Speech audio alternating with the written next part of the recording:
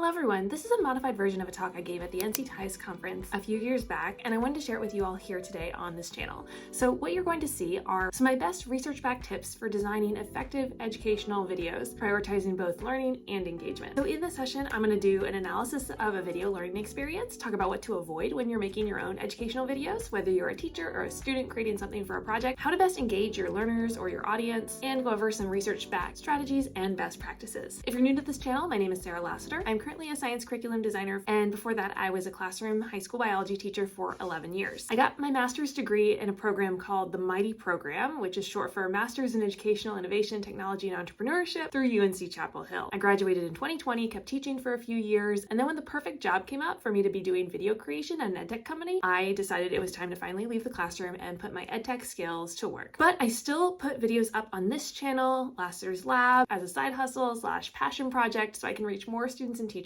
with life science and life lessons. And if this video is helpful to you, be sure to give it a like, and you can even share it or subscribe if you really want to support the channel. Now, I've experimented with a lot of different video styles personally over the years. I created this YouTube channel actually in 2013 as a way to just make videos for my students. I did the flipped classroom model, which means I assigned videos for students to watch at home so that they could get the content acquisition part, typically the lecture in a traditional classroom, out of the classroom. And then class time was freed up for more hands-on, engaging, interactive experiences, which I loved as a science teacher because it meant we could do more labs and many other interactive projects, team activities, case studies, really giving the students lots of opportunity to do the things I always wanted to do with them in a classroom setting. I really loved the flipped classroom model for science, and I went through a lot of different iterations of ways to make sure the students were watching the videos outside the classroom. That's a whole other conversation for a whole other video, but today I want to talk about my experiences with making the best educational videos possible. Now, I have loved making video my entire educational career, and actually when I was applying to one of my first teaching jobs, I was still in the Peace Corps, and I was asked to create a video about a particular topic that I'd be teaching on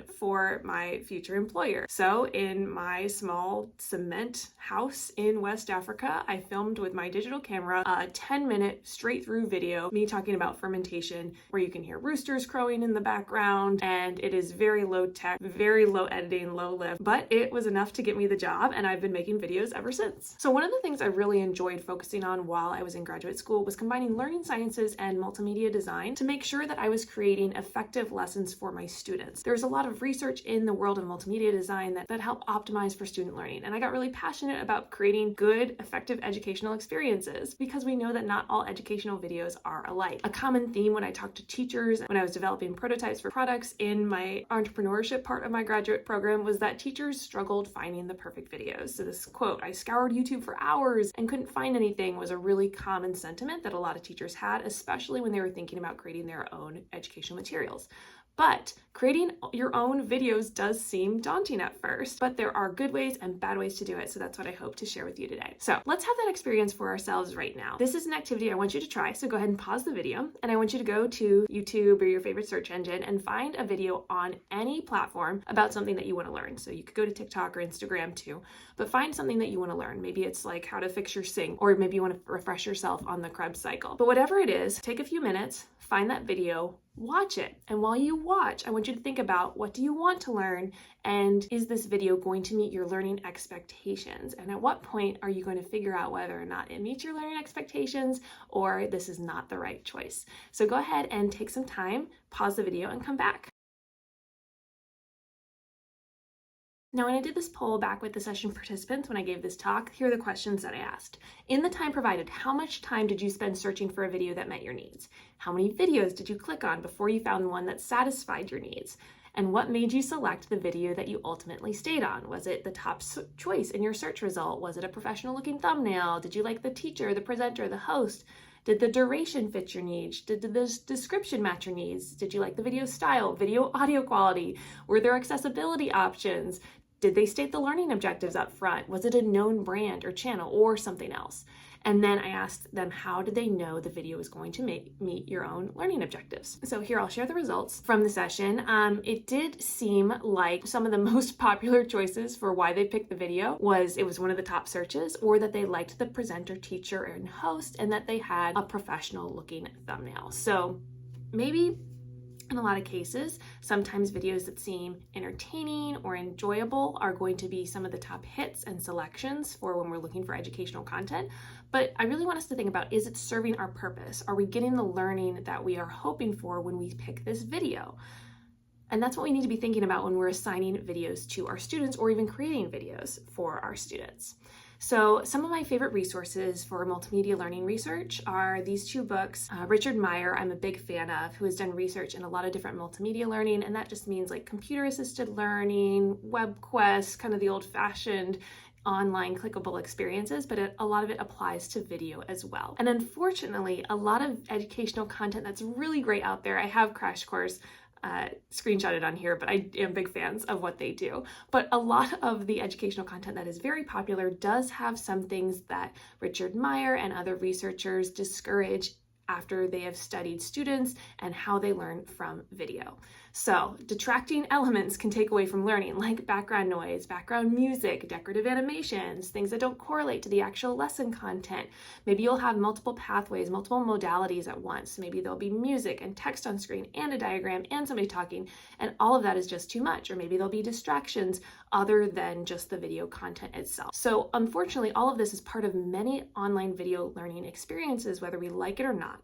And there's this battle between entertaining and getting a person to stay on a video and stay engaged versus actually getting the learning content across. And so that is what becomes frustrating for teachers when they just want to find a solid video to show their students. So we also want to think about engagement. How can we keep learners engaged, keep their eyes on the screen when there's so many other distractions and other things going on when we assign them a video? And of course, you can do this through humor, through storytelling, which I tried early on. But anecdotally, unfortunately, what I found from videos like these that were funny and had a storyline is that the students enjoyed them. They would come back the next day and say, oh, that was like so silly, or that was so cringe, Miss Lasseter, or whatever. They would remember kind of the exterior of the video and the packaging, but they wouldn't necessarily have a good grasp of the content. So these kinds of videos I started to stray more away from as I learned more about designing effective multimedia experiences. And so, like I said, there's this battle between engagement and entertainment, and you can have both, but you want to think at what moments in the video, what is most important. And learning is often going to be the most important for the majority of the video. So are you going to sacrifice entertainment for engagement? And the bottom line is most teachers say that they want the video to meet their learning objectives. So there are two main categories of engagement that I want to talk about today, and that's behavioral engagement and psychological engagement.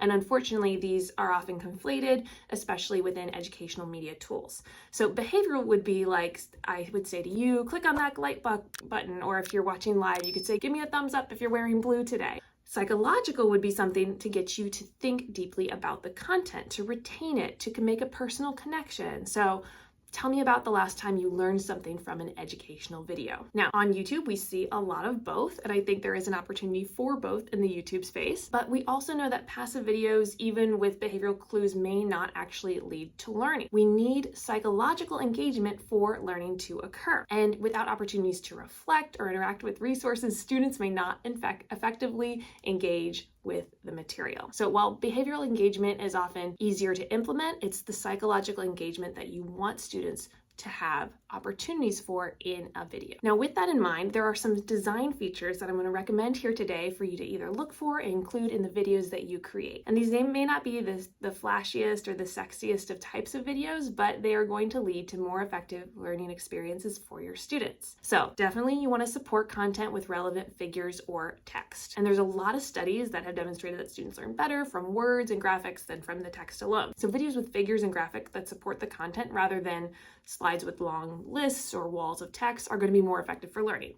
But remember that graphics or images for images' sake do not just automatically improve learning. You need to select videos with graphics that are going to be related to the content and help foster connections between the words and the graphics. This is going to help lead to deeper learning and help with long-term memory construction. It's also important to make sure that any descriptive text is as close to those images as possible, so there's not a lot of extra eye movement going on the screen. Another tip is to use simple images to illustrate complex ideas. So especially for early learners, graphics in videos should be simple. Students are going to grasp concepts better when the images are simple representations of complex ideas rather than real-life pictures, complicated images. So for example, a simple diagram with the stages of mitosis is going to be better than a micrograph or a microscopic image of cells in mitosis. Now, this may not be as important for higher level learners, that's a caveat, but when you're introducing concepts, stick with simpler, less complex illustrations and graphics. Now, animations, while tempting and fun, are also going to detract from learning. So you want to avoid complex and distracting animations.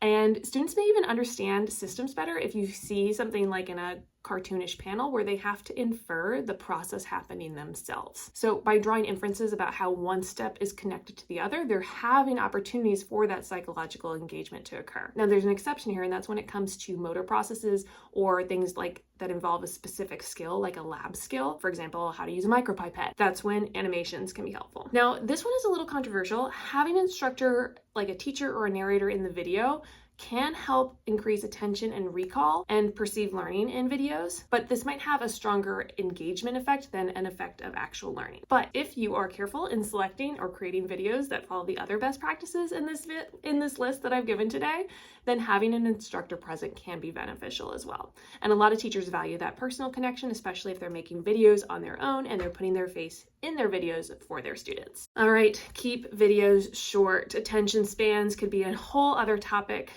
which we could go into with the rise of short form content, but we want to limit our videos to probably less than 10 minutes. 6 is kind of the sweet spot that's been found in research, but 6 minutes or shorter have been shown to foster the higher levels of learning and engagement in students. When we're talking about how we're filming too, when you want to show or demonstrate a task, that first person view with your hands demonstrating how they're moving is much more beneficial than a forward-facing view. And like I said earlier, closed captions are extremely beneficial for language learners, so encourage your students to turn them on or find videos with captions already embedded.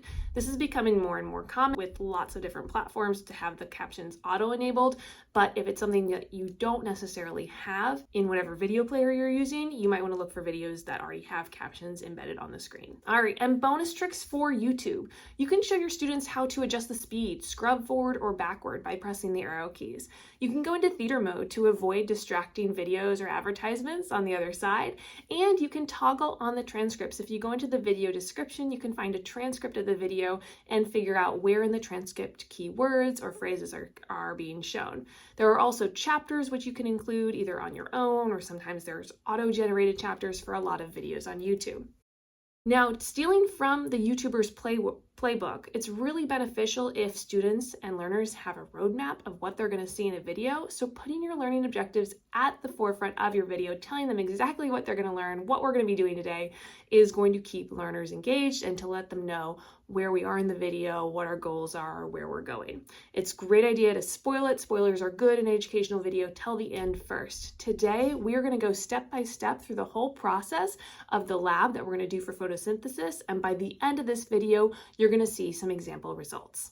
Done. And you do want to encourage interaction. You know how YouTubers say, like this video, give it a thumbs up, hit that subscribe button, leave a comment.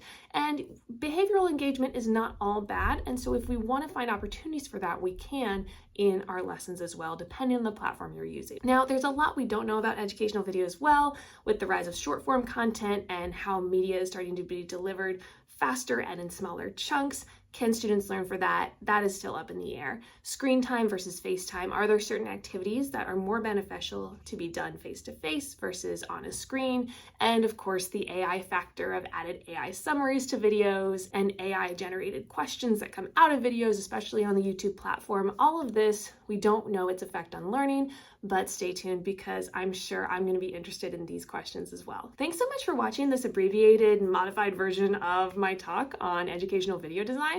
Again, I am Sarah Lasseter. You can follow me on this YouTube channel, Lasseter's Lab, for videos on life science and life lessons. There's a version of these slides available if you want to access them yourselves and go back and review any of the content that I covered for yourself. Thanks so much for watching. Again, give this video a like if it's been helpful, and I'll see you later.